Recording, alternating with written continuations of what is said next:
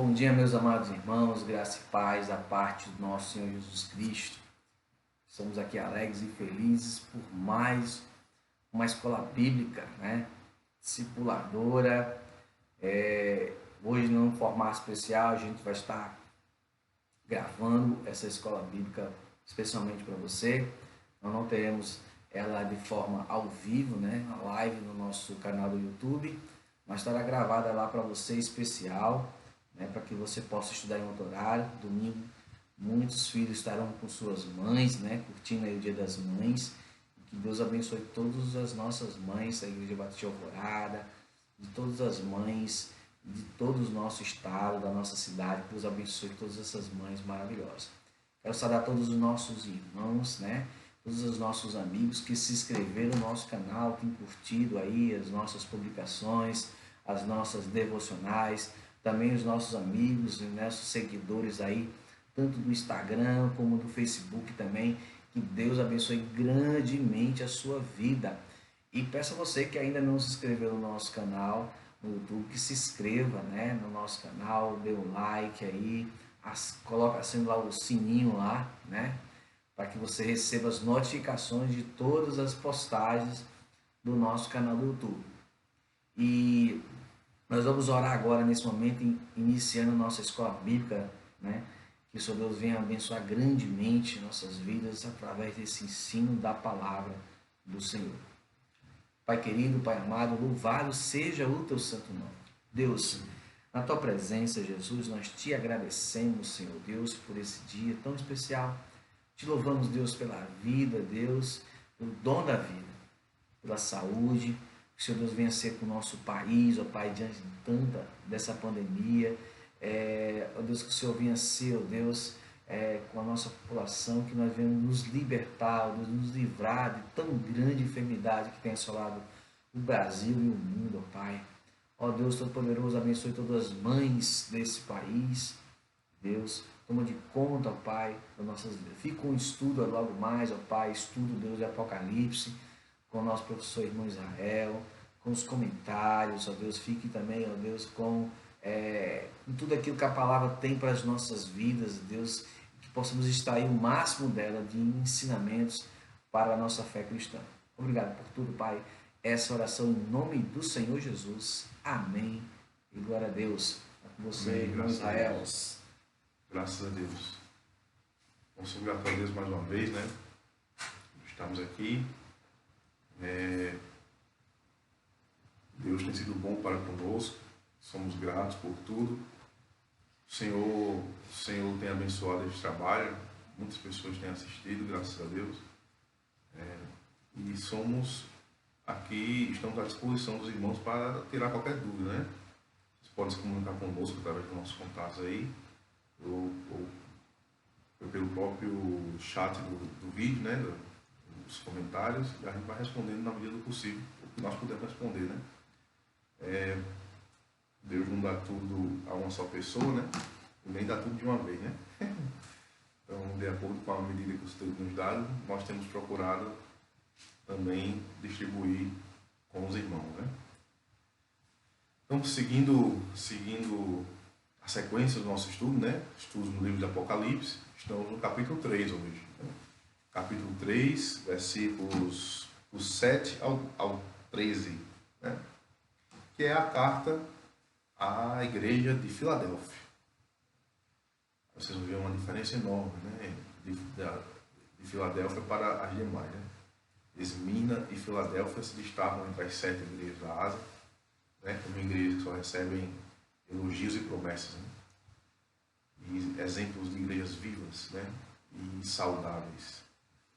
Porém, eu queria só relembrar algumas coisas antes da gente fazer a leitura.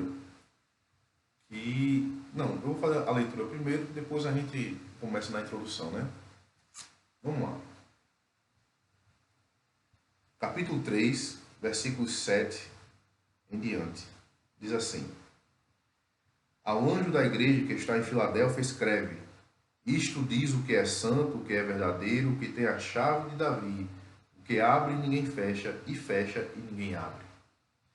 Eu sei as tuas obras, eis que diante de ti pus uma porta aberta, e ninguém a pode fechar. Tendo pouca força, guardaste a minha palavra e não negaste o meu nome.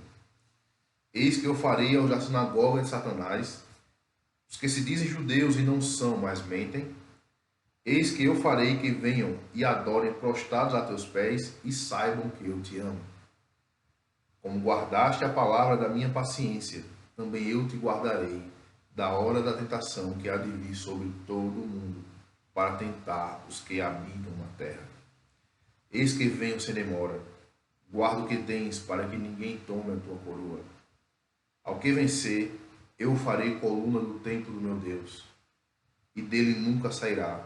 E escreverei sobre ele o nome do meu Deus, e o nome da cidade do meu Deus, a nova Jerusalém que desce do céu, do meu Deus, e também o meu novo nome. Quem tem ouvidos ouça o que o Espírito diz às igrejas. Amém. Amém. Bom, antes de tudo, eu queria fazer um apanhado, né? Relembrando a estrutura das cartas, né? Sempre que a carta inicia, ela identifica o destinatário, né? Que é o anjo da igreja, que está naquela cidade, e identifica o remetente, né? E o remetente é aquele do capítulo 1, né? É o Senhor Jesus, glorificado ali, em vários aspectos diferentes. Então, cada aspecto dali da visão do capítulo 1 é usado como introdução nas 7 cartas. E o Senhor se manifesta daquela forma já de maneira gloriosa, providencial, né? E como as coisas se encaixam é só pela sabedoria de Deus, né? É um mistério que nós não conseguimos desvendar. A história da cidade tem a ver com a linguagem da carta, né? E com a situação atual da igreja. Então, a conjuntura de tudo, né, indica uma sabedoria de Deus muito profunda, né, que torna uma profecia muito ampla, né, não só para aquelas 7 igrejas, mas para todas as igrejas daquela época e da nossa época, né, ou seja, para todas as igrejas, todos os tempos. Né. Então, é uma mensagem perfeita de Deus. Né. O número 7 indica isso, uma plenitude, né, uma perfeição desta mensagem. Né. Então, a mensagem, o conteúdo das cartas, né, as circunstâncias em que ela foi transmitida, tudo é profecia. Seria muito reducionismo se a gente achasse que era só para exatamente aquelas 7 igrejas daquela época, né, e não tivesse nada a ver conosco. Porque o Apocalipse todo, né, está conectado. Né? A gente tem visto que nas promessas, no final de cada carta, há uma conexão com o final do livro, né? Com os juízos que vão vir sobre o mundo inteiro. Né? Juízos e a redenção que virá, né? E as promessas da eternidade. Né? Então, nós estamos tratando de um livro de profecia. Né? E a profecia tem que ser estudada no seu próprio contexto. Né? Tem os próprios recursos para se estudar a profecia. Né? Não é como se estuda um livro de ciências, por exemplo, né, que você estuda através só de um método. A profecia tem vários métodos, né? Vai depender do que está escrito. Então você tem que ir ao contexto do que está escrito. Né? Como nós vimos aqui, tem linguagem do Antigo Testamento, tem linguagem apocalíptica, né? Tem a história daquelas cidades, né? E refletem sobre o comportamento daquela igreja específica que estava naquela cidade.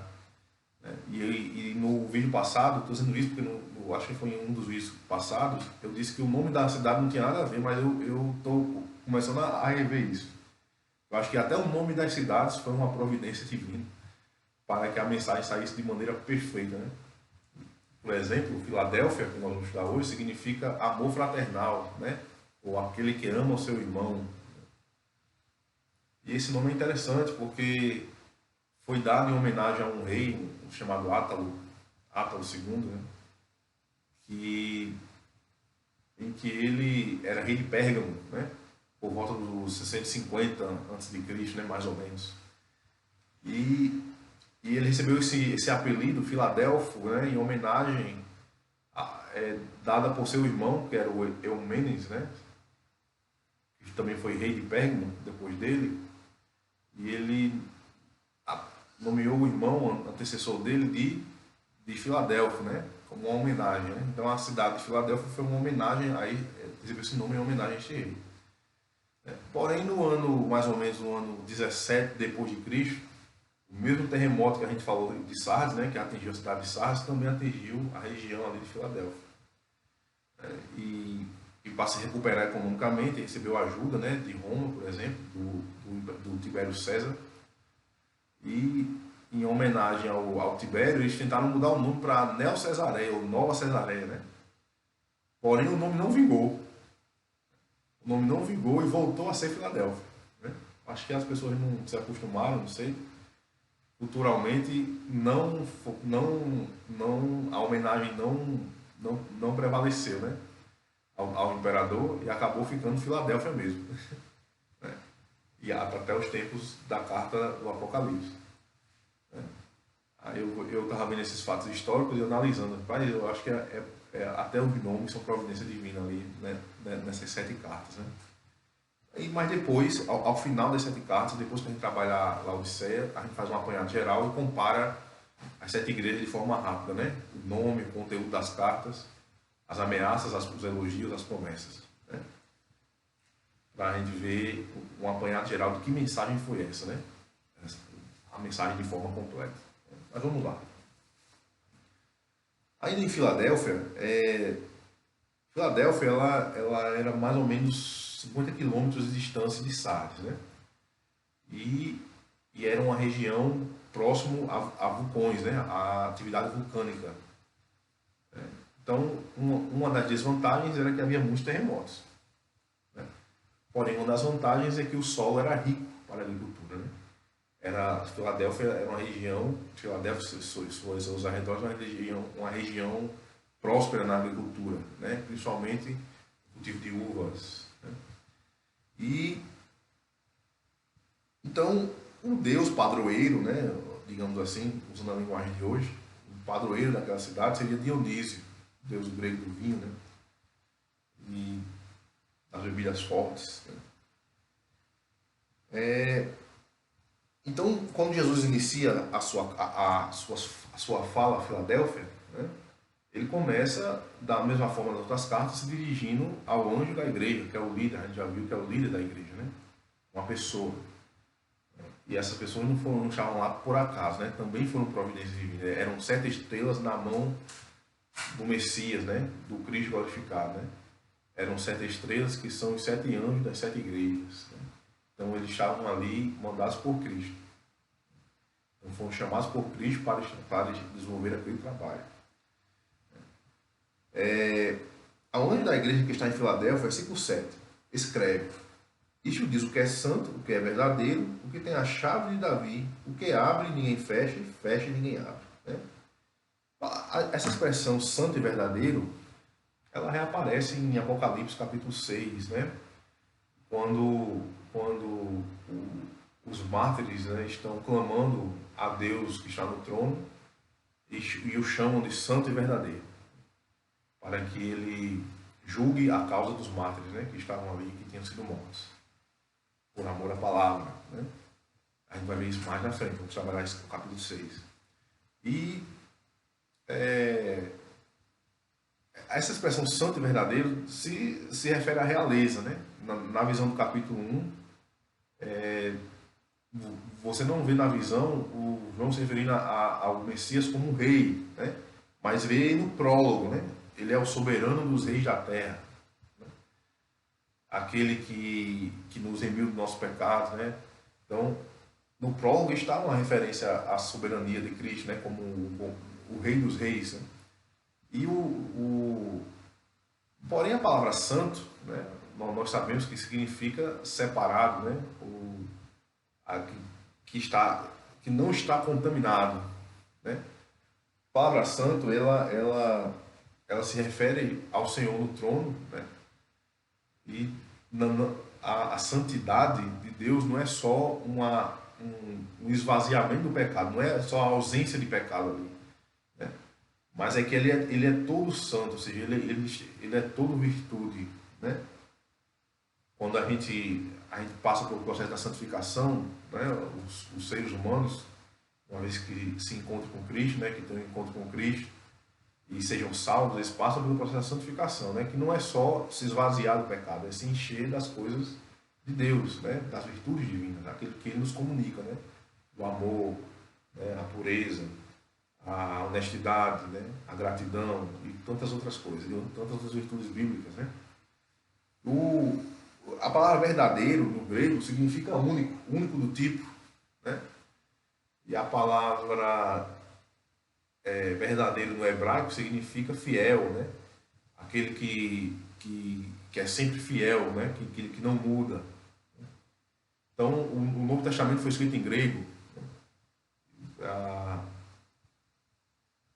Então, a tendência seria a gente dizer que significa o único ali, né? O único do tipo, seria Jesus, o único que é realmente o verdadeiro Messias, né? Já em contraste com um grupo que perseguia Filadélfia, que a gente vai ver mais na frente, que eram os judeus, né? E a acusação dos judeus era: Jesus não é o Messias, não é o verdadeiro Messias, né? Mas aqui Jesus se apresenta como o único, como o verdadeiro, né? Santo e verdadeiro, né? Testemunha fiel. Testemunha fiel. Chaves de Davi, a gente vê essa expressão na Bíblia, lá em Isaías, né? No contexto de Eliaquim, né? Um administrador do reino que foi abençoado por Deus, né? E ele recebeu a chave de Davi, ou seja, a chave da administração. O que ele fez, a porta que ele abrisse, ninguém poderia fechar; a porta que ele fechasse, ninguém poderia abrir, né? Então, essa chave aqui é descrita como estando nas mãos do Messias, do Cristo glorificado, né? Se a gente for analisar, comparar com o capítulo 1, né? Na visão original, ele é o que tem a chave da morte e do inferno. Ou seja, não é o diabo que manda no inferno, é Jesus, né? Não é a morte quem decide, quem faz a passagem, é Jesus, né? Então Jesus é quem tem as chaves, né? O que ele fecha, ninguém pode abrir; o que ele abrir, ninguém pode fechar, né? Então Jesus é quem tem esse poder, esse controle. E no versículo seguinte, no versículo 8, ele diz assim: eu sei as tuas obras. Eis que diante de ti pus uma porta aberta e ninguém a pode fechar. Tendo pouca força, guardaste a minha palavra e não negaste meu nome. Então, eu sei as tuas obras, eis que diante de ti pus uma porta aberta, né? Filadélfia era uma igreja que agradava a Jesus, né? Era aprovada por Jesus, foi elogiada por Jesus. O fato dela ter pouca força talvez indique que ela tinha pouca idade, pouco tempo estabelecido ali, ou poucas pessoas, né? Poucas pessoas. Porém, Jesus se agradava das obras de Filadélfia e queria que ela produzisse mais, né? Ou seja, ele ia dar mais oportunidade para a igreja crescer. Essa expressão, uma porta aberta, né? Pus diante de ti uma porta aberta.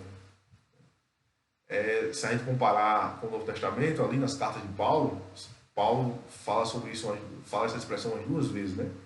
E na linguagem de Paulo significava porta aberta para missões, né? Para estabelecer igrejas, para alcançar pessoas, né? Para crescer, para o crescimento da obra, né? Ou seja, porta aberta significa um convite de Deus, um chamado de Deus para o serviço, né?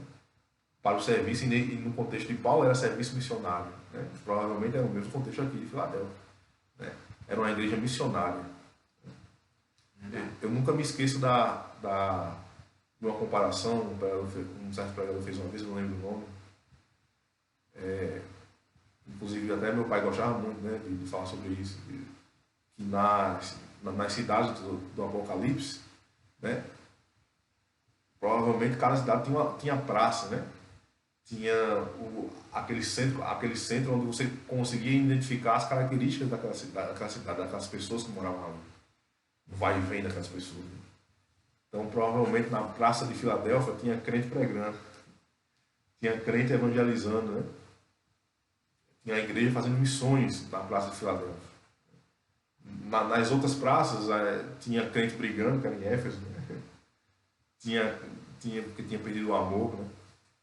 Nas outras praças tinha crente sofrendo, como Esmirna, né? Sofrendo perseguição. Em outras praças tinha crentes fazendo comércio com a fé, né? Escola de Balaão, ou se prostituindo, escola de Jezabel, né? E tantas outras coisas. Porém, na praça de Filadélfia tinha crentes fazendo missões, né?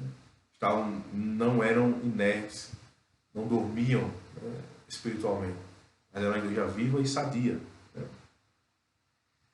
Então, tendo pouca força, né, guardaste a minha palavra e não negaste o meu nome. Então, isso só sofriam pressões, né? Já já a gente vai ver um exemplo de pressão aqui.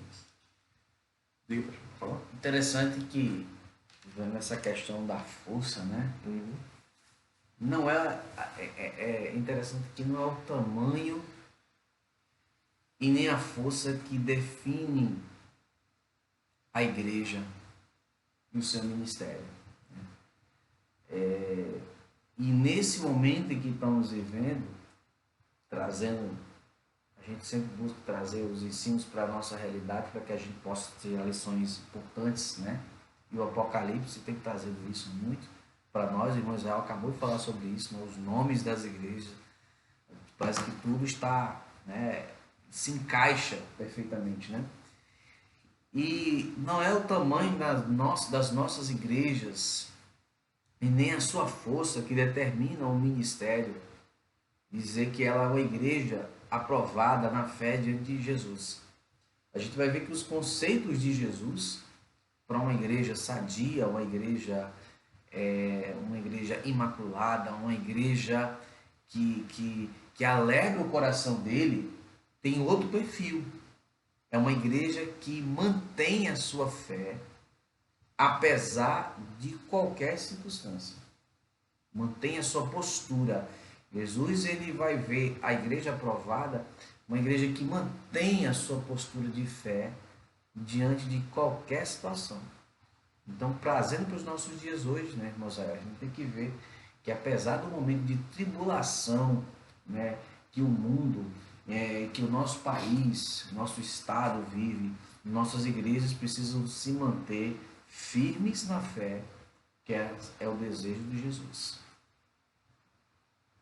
Então, esta carta de Filadélfia não continha acusações nem repreensões, né? Era só elogios e promessas, né? Um convite, um chamado ao serviço, né? A porta aberta de Filadélfia. Então, o versículo 9 diz o seguinte: Eis que farei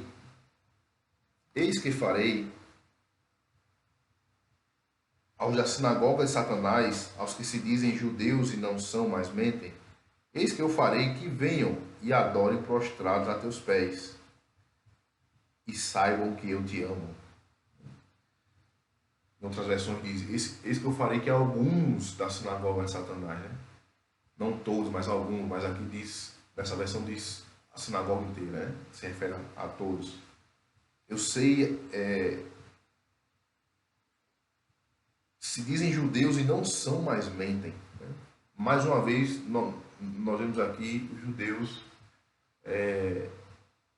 protagonizando aí como perseguidores, né, da igreja do Senhor. Qual era o problema dos judeus, né? A grande questão era que eles não criam Jesus como Messias, isso já está claro. Porém, a perseguição que eles conseguiam promover, geralmente, era contra igrejas pequenas, contra poucas pessoas, né? Mas num contexto em que judeus que se convertiam a Cristo se congregavam juntos com oficiais romanos que se convertiam a Cristo, com comerciantes que se convertiam a Cristo, com o povo comum daquelas cidades, né? Com uma igreja numerosa, né? Então os judeus já recuavam, né? Não perseguiam, né? Mas quando se tratava geralmente de pessoas pobres, né? Ou de poucas pessoas, aí eles conseguiam ali enganjar uma perseguição, né? E tentar jogar a sociedade contra os cristãos, né? Então as pessoas não perdiam só a vida, isso era o extremo, era já no final do processo, né? Geralmente as pessoas perdiam o emprego, né? Ou eram perseguidas de alguma outra forma, né? No dia a dia, de forma que os cristãos eram perturbados pelos judeus, né? Aí tem gente que faz uma análise teológica aqui, né, que seria algo mais futurístico, né, essa coisa dos judeus se prostrarem diante da igreja de Filadélfia, né, e porque descobriram que Deus a ama, né. Eu falei da sinagoga de Satanás, né. A gente já comentou em outros vídeos passados, inclusive com Esmirna, né, também a igreja que não recebe exortação, só elogios e promessas. O mesmo problema era que era perseguida pelos judeus também, né? Semelhante a Filadélfia. E o problema desses judeus era que eles se diziam judeus, provavelmente tinham ascendência, né? Tinham genealogia judaica, mas o Senhor não os chama de judeus. E em todo o Novo Testamento a ideia é de que o verdadeiro judeu é o que tem a mesma fé de Abraão, é aquele que se arrepende e se converte em seus pecados. João Batista diz, olha, vocês não presumam de vocês mesmos, dizendo, temos por pai Abraão, só porque é descendente de Abraão, né? Mas eu lhes digo que vocês têm que se arrepender, né, e se converter, né, dos seus pecados, produzam frutos dignos de arrependimento. Isso, João Batista diz. Então tinha que haver um compromisso, né, real. Tinha que ter uma fé real. Não adiantava ser judeu só por tradição, por patriotismo. Isso induzia-os ao erro. Não tinha problema nenhum com a lei de Moisés. A lei de Moisés foi dada por Deus, era perfeita, boa, útil. O problema foi a interpretação que os judeus faziam dela, né? A descumpriam e a mal interpretavam. Jesus, quando veio, ele não rompeu com a lei de Moisés. Ele cumpriu a lei de Moisés no sentido mais amplo, né? Ou seja, ele foi perfeito em tudo, nos mandamentos, mas também cumpriu no sentido profético, né? Ele cumpriu o propósito para o qual a lei tinha sido dada, né? Então ele é o profeta maior do que Moisés, que Moisés mesmo profetizou. Olha, vai vir um profeta, então a ele vocês devem ouvir, né? Esse profeta maior identificado com Cristo. Os pregadores do Novo Testamento diziam que Cristo era esse profeta. E provavam, né, citando as Escrituras, que ela se cumpriu em Cristo, né? Então os judeus eles tinham esse problema, né? Eles eram duros de acreditar nisso. E como em todas as religiões, né, irmãos, a gente vê, né, existem os verdadeiros e os falsos, né? Isso. No judaísmo existiam os verdadeiros judeus e os falsos judeus, como aqui está falando no texto de Apocalipse. Como no islamismo também existe os verdadeiros muçulmanos e os falsos muçulmanos. E no cristianismo, da mesma forma, os verdadeiros e os falsos cristãos. Então, nós observamos que Jesus, ao falar aqui a carta de Filadélfia, né, aos cristãos de Filadélfia, ele está apenas alertando que aqueles eram falsos judeus. Não refletiam verdadeiramente aquilo que o povo de Deus falava, né, aquilo que a lei dizia, e não seguiam verdadeiramente aquilo que Moisés, né, servo do Senhor, trouxe, né, e não seguiam verdadeiramente aquilo que os profetas já tinham passado através da palavra de Deus. Então, em todas as religiões existem os falsos e os verdadeiros, né? Então, a ideia aqui é que eles iriam se voltar para a igreja, alguns são de Satanás, né? Ou seja, em vez de ser sinagoga de Deus, era sinagoga de Satanás, né? Eles estavam ali sendo inspirados ou direcionados pelo engano diabólico, né, para perseguir a igreja. Mas em breve, ao que parece, e a história reflete isso, né, que eles iam experimentar um pouco do próprio sofrimento que eles causavam aos cristãos, né? Dessa vez, a sociedade que eles queriam jogar contra os cristãos, a sociedade se voltaria contra eles, contra os judeus, né? É pelo histórico das rebeliões lá em Jerusalém, né, 70 depois de Cristo, né, como um povo que não se curva ao imperador, etc., que não aceita domínio. Essa pecha acabou acompanhando os judeus, né? Também tem outras questões, né? Judeus implantados em outras províncias prosperavam, né? Isso causava inveja, né, na sociedade em geral. Os próprios cristãos, o fato da sociedade perseguir os cristãos, associavam eles aos judeus, porque tinha se originado na Judéia, a religião. Cristo era um judeu, né? Jesus Cristo era um judeu. Então, vários fatores fizeram com que os judeus também passassem a ser perseguidos, né, pela comunidade helenista, né, ali Roma, né? A greco-romana. E alguns deles iam ver que só a igreja do Senhor Jesus Cristo é que estaria do lado deles. Só a igreja é que não os perseguiria. Só os cristãos é que ia recolher os cacos ali depois de toda a tragédia, que ia recolher os caquinhos ali dos judeus, né? Eles iam saber que Deus ama aquela igreja, né?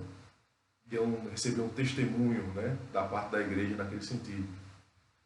E como eles iam se prostrar diante de Filadélfia, então provavelmente eles iam ser ingressados à igreja, né? E iam ingressar na igreja também. Né? Então, pelo que eu entendo, está se referindo ali a uma situação daquela época, né? Que serve de tipo para hoje. Né? Porém, há quem diga que isso tem um peso escatológico, né? Está se referindo à relação de Israel e igreja, né? Que Israel é quem tinha a credencial divina, né? Mas perdeu quando rejeitou a Cristo. Né? Quem queria servir a Deus tinha que servir a Deus se circuncidando, né? E guardando a lei de Israel. Né? Mas por Israel ter quebrado a lei, né? E ter desobedecido a Deus, né? Isso passou, essa credencial passou para a igreja, né? Que quem quiser servir a Deus hoje tem que ingressar na igreja do Senhor Jesus Cristo, né? Então, até aí tudo bem. Isso é verdade, né? Quem quiser servir a Deus tem que ingressar na igreja, tem que fazer um compromisso com Cristo, né? Tem que se render a Cristo e servir a Cristo, né? Então, isso já faz de você igreja. Né? Então, há esse debate em torno dessa passagem, né? Que se é uma referência ao contexto da época contemporânea de Filadélfia ou é um preceito escatológico, né? Da relação de Israel e da igreja. Enfim, de toda forma, Paulo chama a igreja de Israel de Deus, né? Então todos somos Israel, né? Nesse sentido, né? Somos o Israel de Deus, né? Somos chamados para ser uma nação santa, né? Sacerdotes, né? Que servem a Deus, que vão servir a Deus eternamente. Né? Então é nesse sentido que nós somos o Israel de Deus. Né? Bem,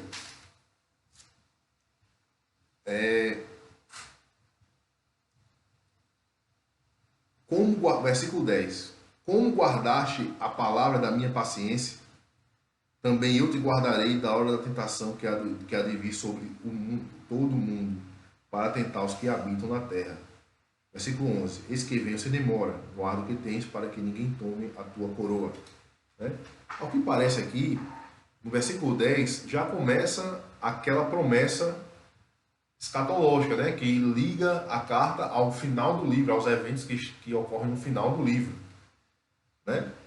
Então, a hora da tentação que há de vir sobre o mundo, você vê essa referência para tentar os que habitam sobre a terra. Né? Se você ler a partir do capítulo 6, Apocalipse capítulo 6 em diante, até o 19, né? Até o capítulo 19, aí você vai ver que tentação é essa que vem sobre o mundo. Né? Você vai ver a descrição de uma grande tribulação. Né? Primeiro, uma ação diabólica, né? Demoníaca, que persegue a igreja, né? Que mata, né? Pessoas, gera mártires da igreja. Né? Mas também você vê uma ação divina, né? A ira de Deus se derramando sobre os que habitam na terra. Então há uma ação divina, há uma ação demoníaca agindo na terra, mas também há uma ação divina do céu derramando juízo sobre os que habitam na terra. Né? E essa expressão guardarei da hora da tentação, né?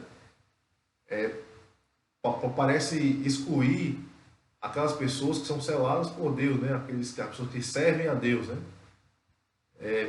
Para tentar os que habitam sobre a terra, está falando dos cidadãos da terra, né?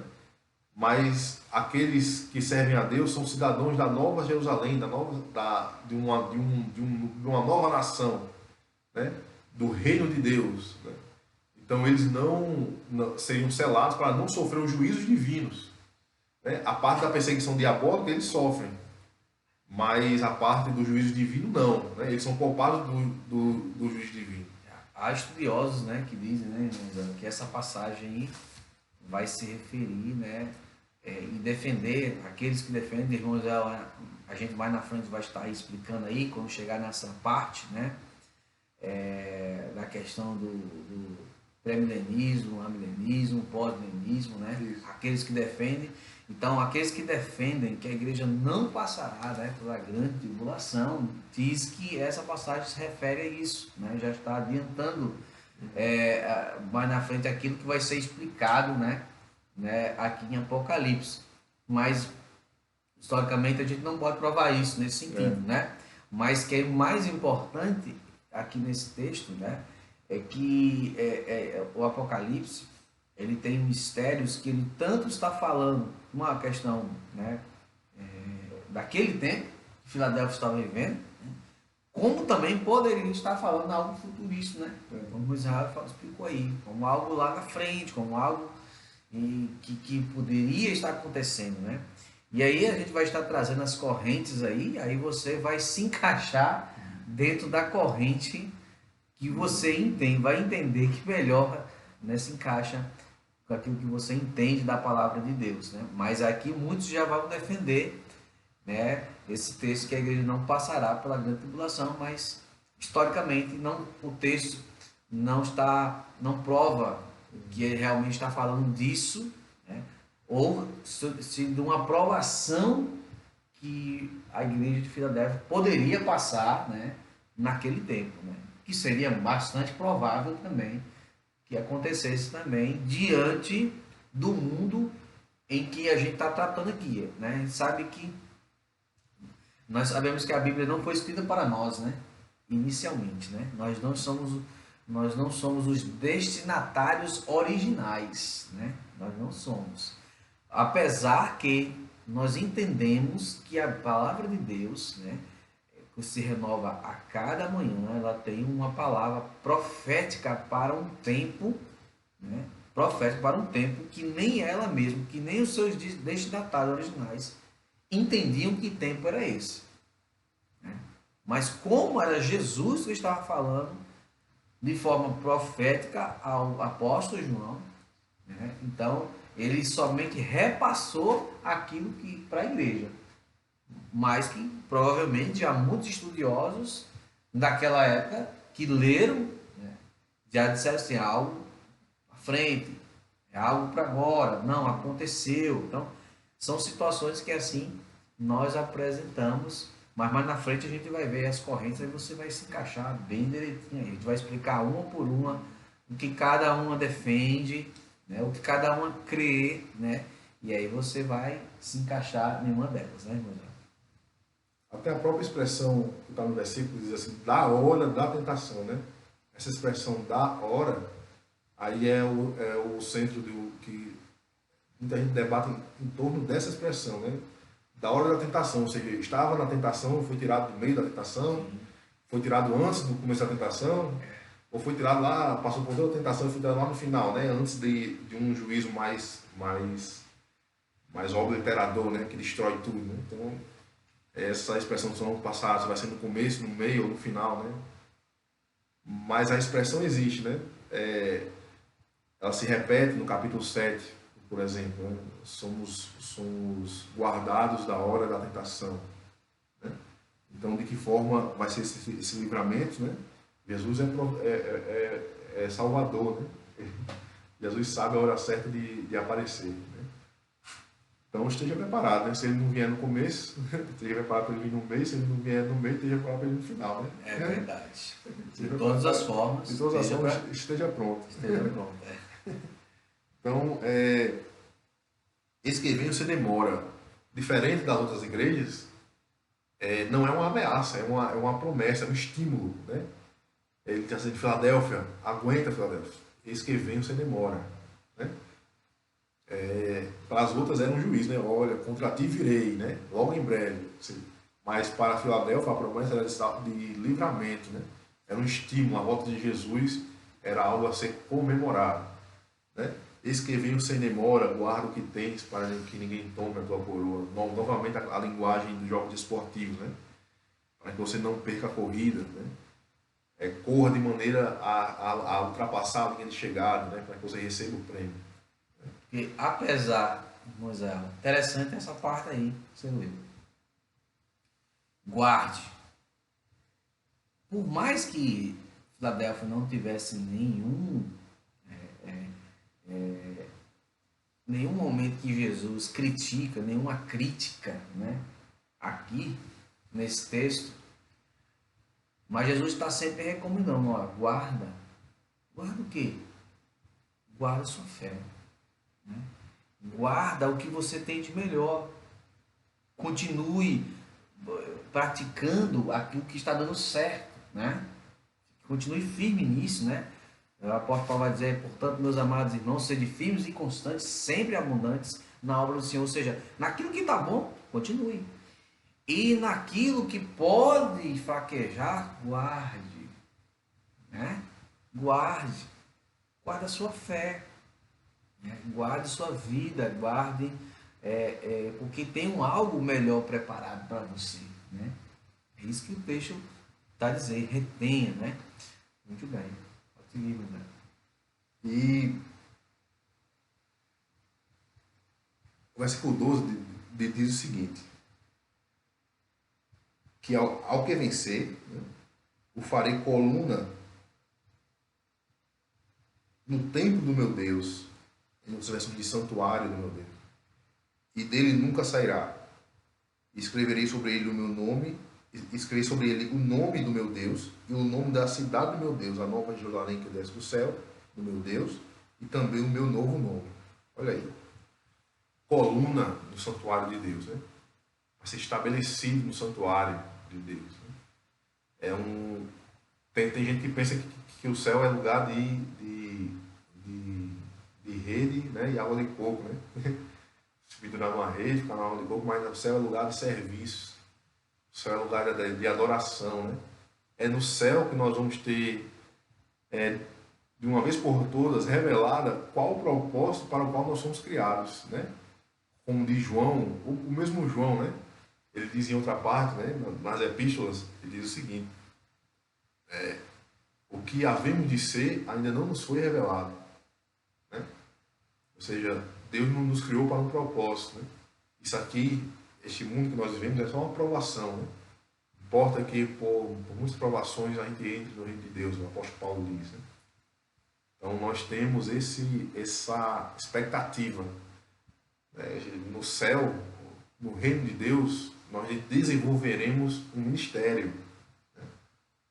Olha aqui uma promessa para Filadélfia: coluna no santuário de Deus, né? Estabelecida dentro do templo de Deus, né? E sobre ele escrito o nome de Deus, né? E o nome da cidade de Deus que desce do céu, a nova Jerusalém, que desce do céu do meu Deus, né? E uma expressão interessante: e o meu novo nome. Pela primeira vez Jesus diz isso aqui, né? O meu novo nome. Né? Nas outras cartas ele promete que o indivíduo receberá uma pedrinha com um novo nome, né? Ou seja, o vencedor receberá uma pedrinha com um novo nome. Mas aqui Jesus diz o meu novo nome, ou seja, Jesus também terá um novo nome. Né? Então e nós vimos lá no contexto de Isaías, capítulo 62, né? E ali no final do livro de Isaías, que essa questão do novo nome, né, era uma questão da dissociação com seus ascendentes. Ou seja, você não precisa mais ser filho da tribo tal, nem da tribo tal, nem ser filho de fulano e tal. Né? Essa ascendência será esquecida. Né? Faremos parte de uma nova família. Por isso teremos um novo nome. Amém? Então agradeço a Deus. E como todas as cartas, quem tem ouvidos ouça o que o Espírito diz às igrejas. Amém. Amém. Deus possa com certeza ter falado no seu coração, como falou no meu aqui, sobre a igreja de Filadélfia. A igreja de Filadélfia, ela foi bastante elogiada porque ela manteve sua fé. E que nós, nesse tempo difícil, nesse tempo de grandes tribulações que temos vivido nos últimos tempos, possamos guardar a nossa fé. Né? Guardar a nossa fé. E quando ele fala de coluna, ele fala de força, ele fala que alguém está conosco. O Senhor Jesus é a nossa coluna. Né? O Senhor Jesus é aquele que nos fortalece. Jesus é aquele que nos ajuda nesse tempo. Por isso nós vamos orar por você, por sua vida. Nós estamos no meio da família. Nós vamos orar por sua família agora. Que você busque o Senhor e guarde a sua fé, como Filadélfia. Oremos com o irmão Israel. Senhor, meu Deus, obrigado, Senhor, por esta palavra. Meu Deus, Pai, nos dá, Senhor, as virtudes do céu, Senhor. A firmeza, Senhor, a perseverança, a paciência, em meio a toda tribulação, em meio a toda adversidade. Nos dá, meu Deus, Pai, mais confiança em Ti, nos ensina a ser mais dependentes de Ti, Senhor. Nos ensina, meu Deus, Pai, na prática, a sermos crentes, Senhor, cristãos melhores, mais parecidos com Cristo, Senhor, pisando nas pegadas do Senhor Jesus Cristo. Tem misericórdia de nós, Senhor, nos ajuda, meu Deus, Pai, a cumprir o nosso propósito como igreja, Senhor, fazendo missões, ensinando, orando uns pelos outros, adorando, servindo uns aos outros, Senhor. Nos faz, Senhor, uma igreja viva, Senhor. Nos ajuda a aproveitar as oportunidades que o Senhor tem nos dado, Senhor, de servir, de produzir no reino do reino de Deus e produzir, meu Deus, Pai poderoso, galardão no céu. Tem misericórdia de nós, Senhor, perdoa nossas fraquezas, nossas falhas, ajuda nossas famílias, Senhor, fortalece a mente, os corpos, Senhor, das pessoas, meu Deus, Pai poderoso, nesse momento de pandemia, para que não cedam, meu Deus, Pai, a fraqueza mental, Senhor, nem a ilusão de que estão sozinhas neste mundo. Mas nós sabemos que o Senhor está aqui, o Senhor está em todos os lugares e pode estar no coração dessas pessoas também. Então, meu Deus, Pai poderoso, abra as portas, Senhor, do Evangelho, para que em cada casa, em cada rua, Senhor, em cada cidade, o Teu Evangelho possa ser transmitido, Senhor, aos lares das pessoas, e muitas pessoas possam ser alcançadas. Nos faz instrumentos, Senhor, para isso, Deus. Para que tenhamos a honra, meu Deus, Pai. Para que tenhamos, meu Deus, Pai, o prazer, Senhor, e o compromisso de participar, Senhor, do Teu projeto, Senhor, para as nossas vidas, para a vida das pessoas, em nome de Jesus. Cumpre a Tua vontade na nossa vida, na nossa própria vontade. Amém. Amém. Deus abençoe você. Quero que você se inscreva no nosso canal, dê um like aí e ative aí o sinozinho para receber todas as informações. E compartilhe essa palavra com aquele que ainda não encontrou Jesus como Salvador. Compartilhe com as pessoas e Deus abençoe sua vida, sua família.